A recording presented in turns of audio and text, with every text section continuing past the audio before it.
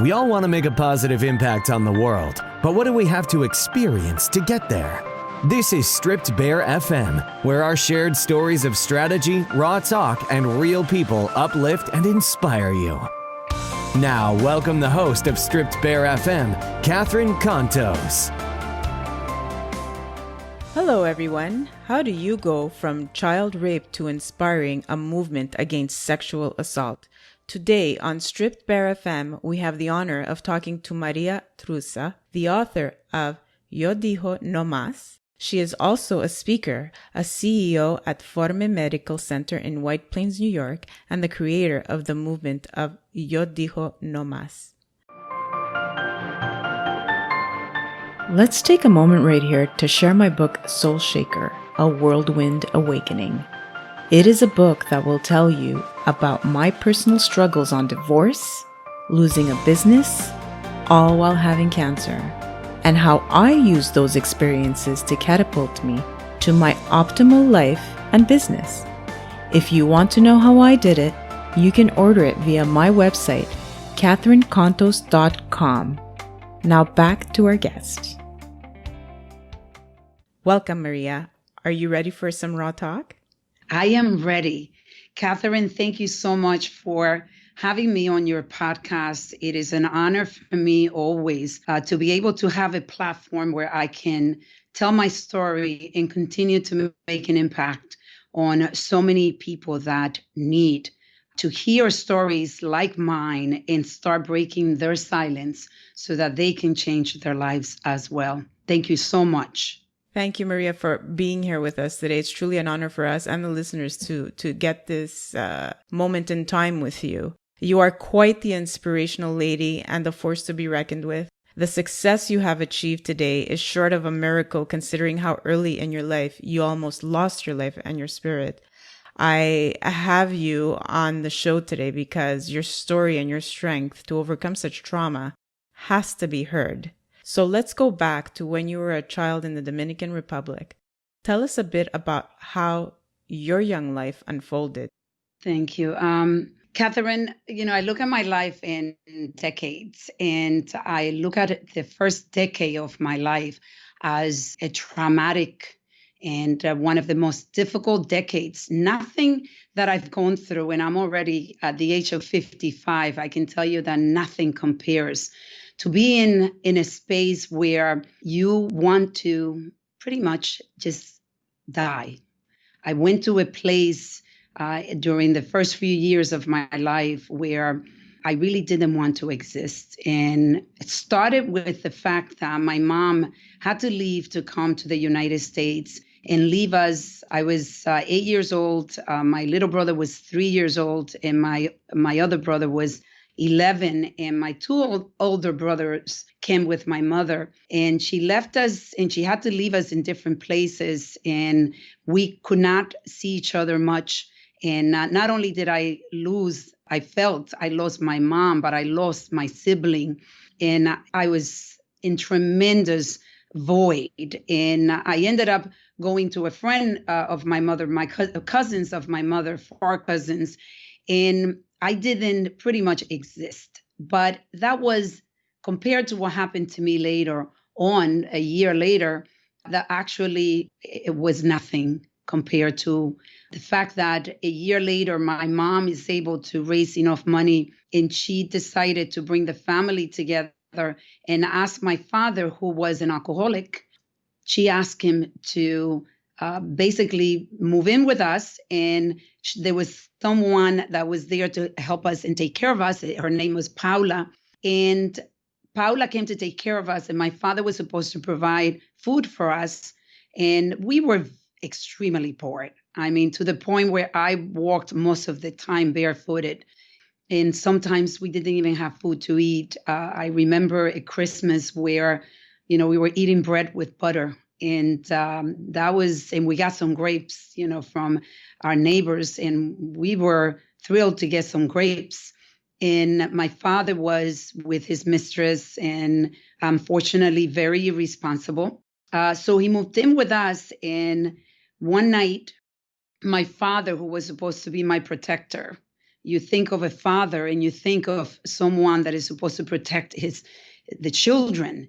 And my father came one night with a witchcraft man, and he decided that he was either going to take my little brother that was 3 years old, 4 then, and I decided that he wasn't going to go. This is in the middle of the night. And I said, you can take him. So my father decided that I would be the one that would go. My father let me go into a car at the age of 9 with a man that had the worst intention of his life with me. He took me to his place and he gave me a bottle of whiskey that I had to chug nonstop. That alone could have killed me then. He decided after that to take me to a motel near his house.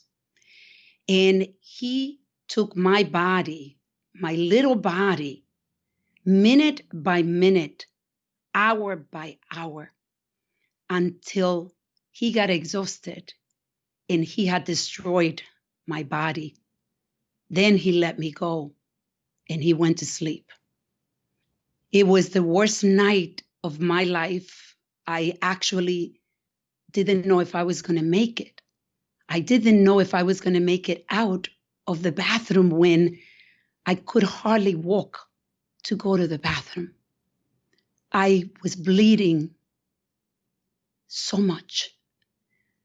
I went into the bathroom and I didn't want to come out because I thought I was going to continue to be raped. That was the beginning of my life. My protector decided to give me to a man that was going to destroy my innocence in a million pieces, and therefore destroyed my life. Because after you lose your innocence, what is there? Maria, I'm so sorry. That is such a tragic story, devastating, very difficult to even listen to. How did you escape that night? Where did you go? Did somebody find you? Did you leave? Did you walk out by yourself? No, ironically, he took me, I guess he was exhausted, after this was the whole night. So he took me back to his house. My father was sleeping in my house and my uncle came in the morning, and around 10 o'clock, this is what I'm told.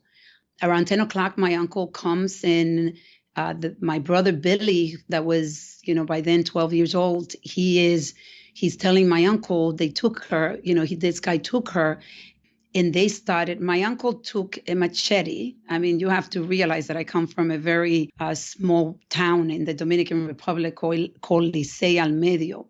So back then, machetes, was like the weapon.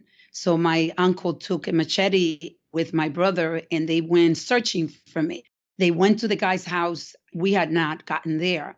My uncle says to my brother, I'm going to leave you here in case they come, and I'm going to be looking for him because I'm going to kill him. So we get to the house. My brother is waiting outside for me. I get out of the car and I couldn't walk. My brother had to carry me.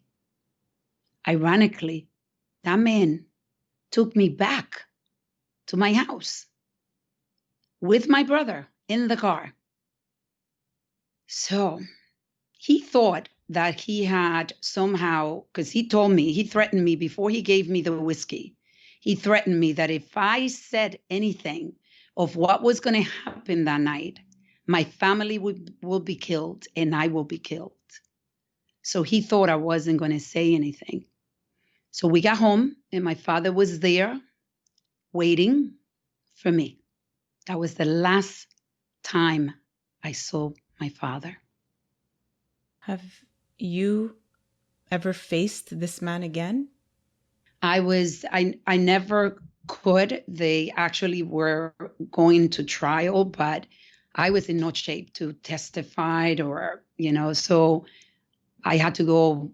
I went to have surgery, by the way, about 2 weeks or a week or 2 weeks after. I was in so much pain, they didn't know what was happening to me. They thought it was appendicitis, but when they went in, he had destroyed me inside so badly that my ovaries, the fallopian tubes were killing my right ovary. It was like strangling it. It was knotted. So my trauma was just, I wanted to die. I mean, I didn't want anything. I didn't want to talk. I didn't want to do anything. So the guy went to jail for 3 months. Oh my God. My father went to jail for 1 day. Incredible. Yeah. How were your teenage years molded because of this? What were you like as a teenager and as a child initially, because you were only 9 years old? What was it like to be a teenager, your relationships with other people, with other boys? After a year, I would say, I remember even before the year, I was laying on the floor. In the Dominican Republic, we have a lot of concrete floors. Pretty much every floor is concrete. And I remember wanting to be sucked by the concrete and just be buried. And I was crying nonstop. And my mom says to me, get up, get up. You can do this. Stop it. Enough. I thought then she was so rude. I was so mad at my mom. And that was the turning point for me, because I started to get stronger after I heard those words. And I started to socialize a little bit more. I was going to school. I had to move from the town that I lived because it was such a small town. Everybody knew each other. So when this happened, it was like the entire town was mourning. That's how my cousin expressed that to me as I was doing research for the documentary and in the book, which I forgot to mention to you, but the book. And she said it was like the entire town was mourning for you. It was like a September 11. They felt the destruction. But that also meant that everywhere I went, everybody felt sorry for me. So it got to the point where I couldn't take living in the town and the memory of being in the house where I was taken. So my mother was able to get moved us to another town. And at that town, I ended up creating a different life. But obviously, I had nightmares. I had nightmares until I was, I would say, 40. In my late 30s, I used to go into the bathroom as an adult, and I would go I would just start shaking, and I would nonstop shake because the memory of that night, it was played in my mind like it was a movie, and I couldn't stop that movie. It just kept going and going. So my work has been, as a teenager, I was broken in a million pieces. I was trying to do the best that I could. I was trying to be strong for my mom and my family. And I think that sort of, in a way, looking back now, especially after I was writing the book, it actually helped me. I thought, she was not loving me the right way. And I resented my mom for that moment. And then I realized as I got older that she actually helped me. So using tough love was what you needed in order to get you stronger and up on your feet. It was my accelerator. Yeah. It was the beginning of my accelerators. I talk in my book a lot about accelerators that we have in our lives. And sometimes, we get so caught up that we're not present to them, but there are many. As a mother, would you understand now what she could have been going through, knowing that she couldn't protect you? I resented my mom for years. And I had this love for my mom. It was, almost like a love-hate relationship. In the Dominican Republic, we're very close to our parents. We're very respectful. We come from that era where the elderly spoke and you had to shut up. There was no, talking back. Mm-hmm. So I had a lot of respect for my mom, and my mom ended up living with me most of her life. And At one point, though, I do have to tell you that I am blessed to say that I have the most beautiful relationship with my mom, because after doing so much work on myself, I had a turning point where my mom and I had the conversation. So that question that you just asked me, I heard the answer from my mom, where I was asking her, how could you have, I asked her, how could you have left us? Like, I am a mother and I never understood like how you just get up and you leave us, and look what happened to me. I have my children. I would rather be poor than leave my children. And she said all the things that she was feeling. And she was telling me I had no choice. I was making $2 in a cafeteria. How do I support 5 children? This opportunity was for you. And then I heard from my mom, it actually brings me to tears sometimes, because we misunderstand the story of the people that raise us. It could be our parents, it could be a grandparent, whatever it is. My mom wanted to die. She said, I wanted to commit suicide, but I couldn't, because if I did, I was all you had. But I didn't want to live. So we really created the most beautiful relationship. We had many laughs. We were very, very close, very close. Yeah. Thank God for that, because that brought you a lot of healing, I'm sure. I took on this healing journey, as I call it, and it's been the best thing that I've done for my life. And I invite everyone to really go into the healing journey, not to just bury yourself in the pain and the victim mode. And there's so many ways that you can do this. And that's why, in my book, I said I wasn't just telling my story. My book is a guide to life. That's how I see it. I give all of I call them herramientas. They're tools that I've used throughout all the decades of my life, so that I could share it with everyone. And many of them, one of them might fit you, it will fit different people. And they might find quite a few of them that could help them begin the healing process. How or in what way were you able to let go of the anger towards these men that did this to you? I will share with you that when I never heard of my father, he tried to see me once when I was in the Dominican Republic visiting. And I remember, I never forget this. I talk about that in my book. I was with my husband, my first husband, the father of my 2 boys, in the Dominican Republic. And when I heard that my father was coming to see me, I got in the car and we actually crashed into it fence, because we were driving so fast. I told him, I can't. I went into panic mode. And I remember seeing my father standing in the middle of the street. That was the last time that I saw him. I was in my 20s then.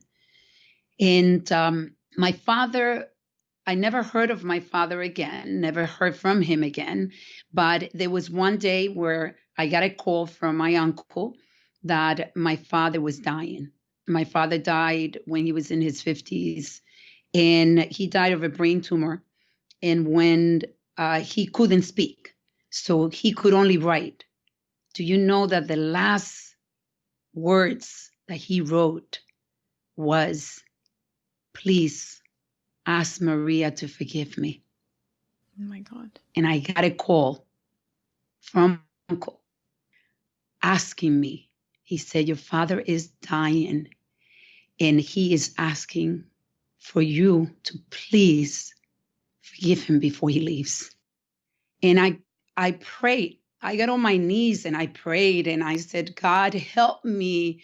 Let him go. But I can't say I forgive you if I can't really put it to rest today. And I did. I said to him, tell my father that he can go in peace, because I do forgive him. and to thank him for asking me. And Catherine, it was like turning a light switch. I believe in those light switch moments that we have. It was turning a light switch. I forgave my father and realizing how amazing I felt that I no longer held this anger towards him. I hated my father with vengeance. And to go from one moment where I said, I forgive you, to let it go completely, that made me realize that I can do that for everyone else. So I started forgiving the men that raped me.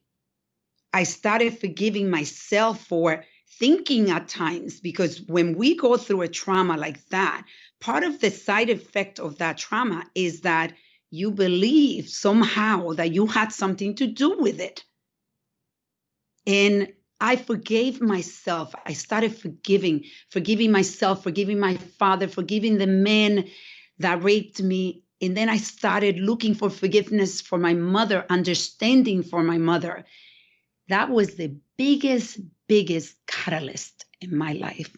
And do you believe, well, actually, I know the answer to this, but is that the moment you regained back Absolutely. your power? But one thing, Catherine, Yes. that even when you regain your power, you're going to have a lot of work to do.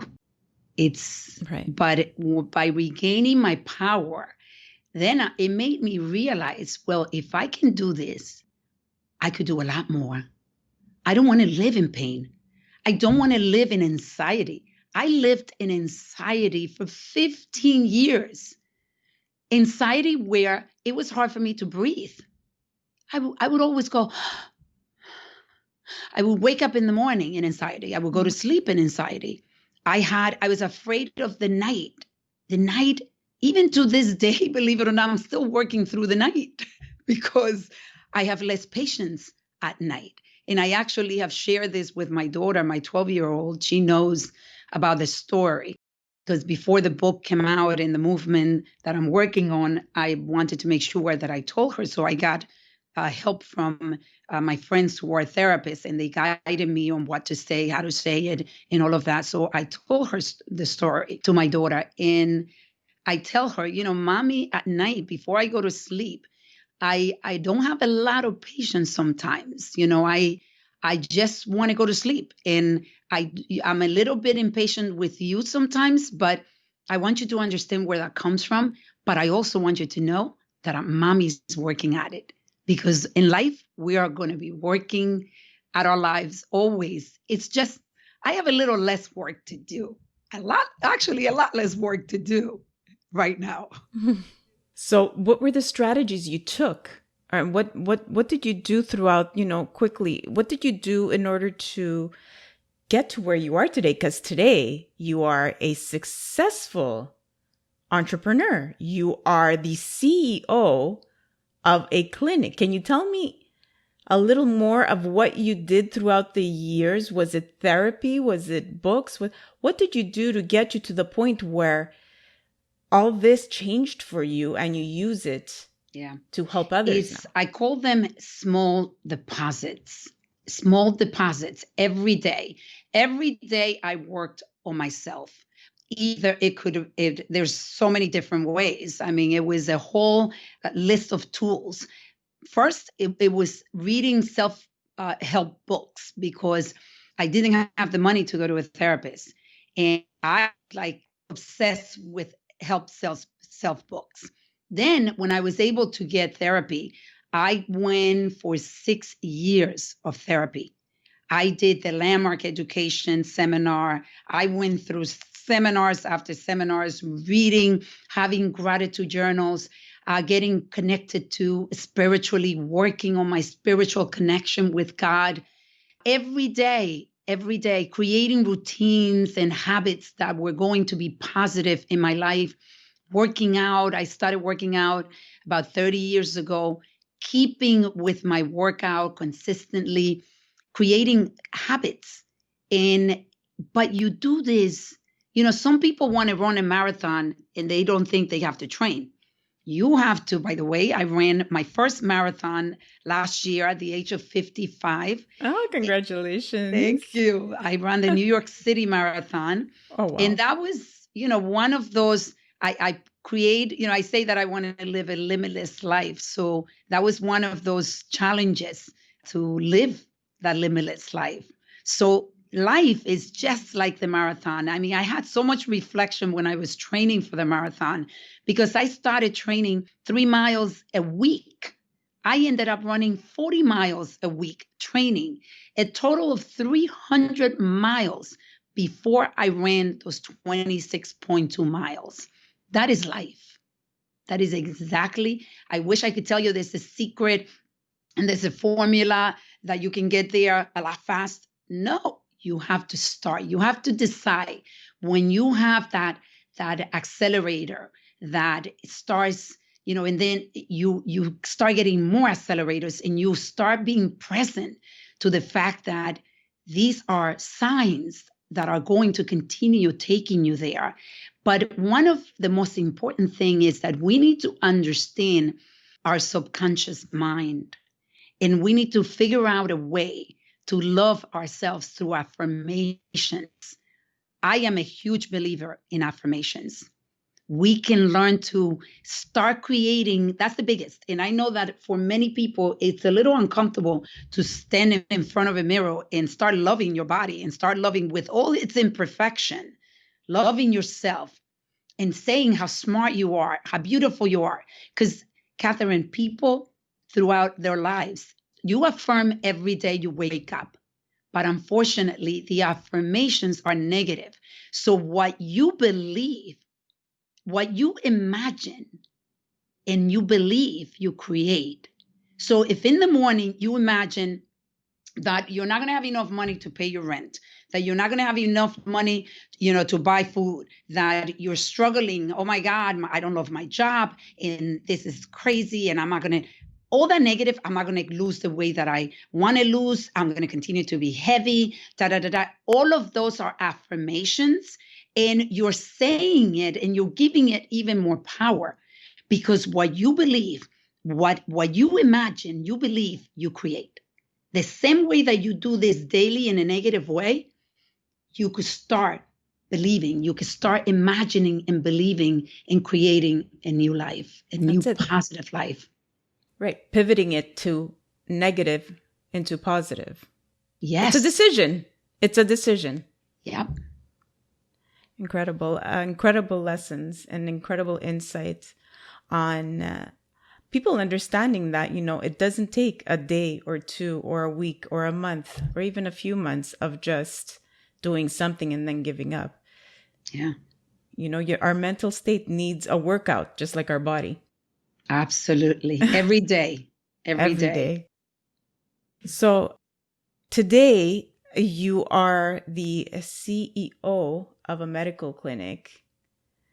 You are also an author of this book that you wrote how long ago? The book was launched in February, just before COVID started. Oh, okay. I couldn't do the book launch. It was, because of COVID. We had this big event. I was traveling all over, and everything got canceled. So it was in February. And now this was written in Spanish. And are you going to be translating it in English? Are we going to have an English version of this book? You will in July. It's done. Is being edited right now.